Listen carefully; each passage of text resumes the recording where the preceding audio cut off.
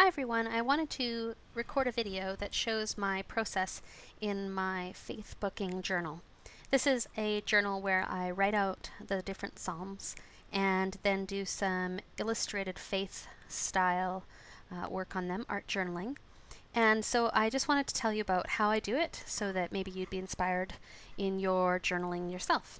So first of all, what I do is I write out the psalm by hand. It is a process, but I find it meditative and it's important for me to chew on the topics and just think about them.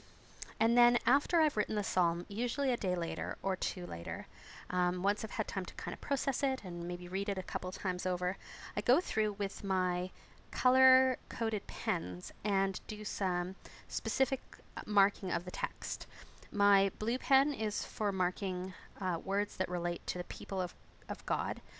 Green pen relates to God himself, and then my red pen relates to people who are against or do not follow God or do not obey. So what I do is I double underline anything related to the believers in terms of a name for the believers. So the believers, the righteous, those who follow. I put a square box around anything that relates to what they specifically do, actions of these people, and then I put kind of a little cloud around anything that is the result. So, for example, the verse said, and the righteous who believe will receive great blessings, or something like that. I don't know, that's just a made up verse. So the righteous would be underlined twice. Believe would be in a square box because it's an action, and will be blessed would be in bubbles. And so these are the markers that I use, the Triplus fine liners. I'm missing my red one, I don't know where it went, so I'm using just a red pen. So yeah, I do that for each of the kind of characters in Scripture, the believers, the non-believers, and God himself. I also use a yellow and orange pen to kind of put like little sunshine marks around names for God, so like the Lord or Most Holy One or whatnot.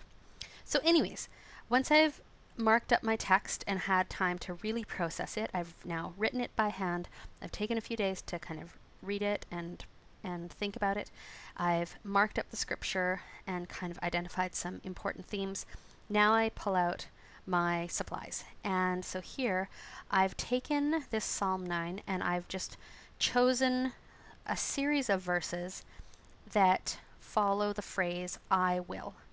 So I've got I will in stickers with 3 dots behind it, an ellipses, I believe it's called. And so then here I'm going through and just putting down with little stickers some of the I will statements. So for example, one of the statements is I will give thanks. All these stickers were at a 50% off sale. I just loaded up on stickers. I got a bunch to cover all the kind of colors of the rainbow. I also got these stickers that were themed around love and themed around luck and stuff like that, and they had some good phrases. So for example, right below give thanks, it says with all my heart on that pink sticker, and so it just kind of works perfectly. These lovey-dovey themes that are maybe meant to be more romantic can also be used in terms of talking about our relationship with God. So then I've got these little wee letters that I'm just putting out one by one to finish my phrases. So tell of, I think it's tell of his great works or something like this. So this process does take a little time. The little letters do get a little finicky, but it is very hands-on. It's very tactile. It feels very purposeful to be just pulling these certain phrases out and contemplating them even as I'm putting them down. It's not a brainless activity. I haven't written down these words anywhere, and I'm not just kind of matching them. I'm looking back at the scripture, referring back to the scripture and going, okay, what is the next phrase? Tell of your wonderful works. And so yeah, I find it a very good process. You can see on my other page that I was looking at the names of God, and so I actually went on the internet and found out all these Hebrew names for God, and I wrote, after I had written the verses, I wrote all of the names of God in pink and blue pen in the Hebrew in blue, and then in the pink in English translation. And then I went over with my watercolors, and it all kind of blended together. It wasn't just a verse that specifically stuck out to me, but I went and did kind of that back research. So an art journal that's faith-based isn't just making scripture pretty. Scripture doesn't need to be made more beautiful than it is. It is very much a process for me to remember, to relate, to meditate, and to internalize. So anyways, I continue going through and putting all these little stickers and these phrases down. And right now you just hear me talking, but at this point I actually had my kids kind of in and out of the room. This was just at the dining room table, and so I was chatting with them and whatnot. I think it's great for kids to see us working on our projects, to even sit down beside us and work on them, because I think it's good for us to model how we interact with scripture to them, not just as reading or memorizing words, but also kind of taking it and applying it. So anyways, I've done the sticker work here, and then I'm going to be taking my pen and just attaching some of the words that either I was missing a word or I just wanted to put in a couple connecting words.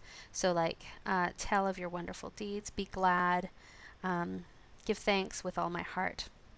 So I'm just adding a little bit here. So yeah, sorry, I was interrupted by a child. So I just added to you after the give thanks, some ellipses to show that the I will at the top continues into I will give thanks to you with all my heart. I will tell of your wonderful deeds. I will be glad. I don't know why my camera angle is like this. I apparently wasn't paying very good attention to it. I don't know why I had zoomed out and then left you all in the lurch. I apologize for that. So anyways, once I've done that, I also add a few stickers just for decoration, and sometimes I'm able to find additional kind of decorative elements that totally relate to the scripture. Sometimes it's just because I like beautiful things. Here I was trying to find some things that make me happy. The rainbow colors of a banner of flags, gardening. It's springtime here, and it's just after such a long Canadian winter, it's so nice to see flowers and to do gardening, and even to, use your watering can in the garden. So these are things that I'm thankful for, that I'm glad for, that I rejoice in, and really am close to God when I'm doing them. So I've added these sticker elements, and I'm going to be moving on to painting.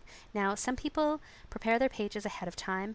They do their painting ahead of time, and then they add the stickers and the words and whatnot.